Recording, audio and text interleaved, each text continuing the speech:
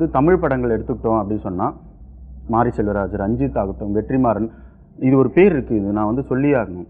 Social மீடியாவை திறந்தாவே காந்தாரா மாதிரி படம் எடுக்க கற்றுக்கோங்கப்பா அப்படின்னு இவங்க வந்து ரஞ்சித், வெற்றிமாறனுக்கு பாடம் எடுக்கிறாங்க. அவங்க வந்து ஆரம்ப காலத்தில் அவங்க வெள்ளைக்காரன் காலத்திலேருந்தே நம்ம பட்ட கஷ்டங்களை வந்து அவங்க எடுத்து சொல்லிட்டு இருக்காங்க. அது நிறைய பேர் விண்ணுக்கும் மண்ணுக்கும் குதிக்கிறாங்க. ஆமாம், அது மாதிரி சொல்லிக்கிட்டே தான் இருக்காங்க. ஆனால் ஒரு குரூப் மட்டும் பார்த்தீங்கன்னா காந்தாரா படத்தை பார்த்து கற்றுக்கோங்க, ஆர்ஆர் படத்தை பார்த்து கற்றுக்கோங்க அப்படின்னா ஆர்ஆர்ஆர் படத்தை 1500 கொடுத்து ஐமேக்ஸில் பார்த்த கும்பல் தான் இப்போ இதை சொல்கிறது எல்லாத்தையுமே. நம்ம வந்து எல்லா படத்தையும் பார்த்துட்டு ஓகே இந்த படமும் நல்ல படம் தான், இதுவும் நல்ல படம் தான்னு ஃப்ரண்ட் ரோவில் 65 டிக்கெட்டை கொடுத்து பார்த்தவங்க நம்ம. ஸோ எல்லா படத்தையும் 65 டிக்கெட் கொடுத்து பார்க்குறவங்க நாங்கள்.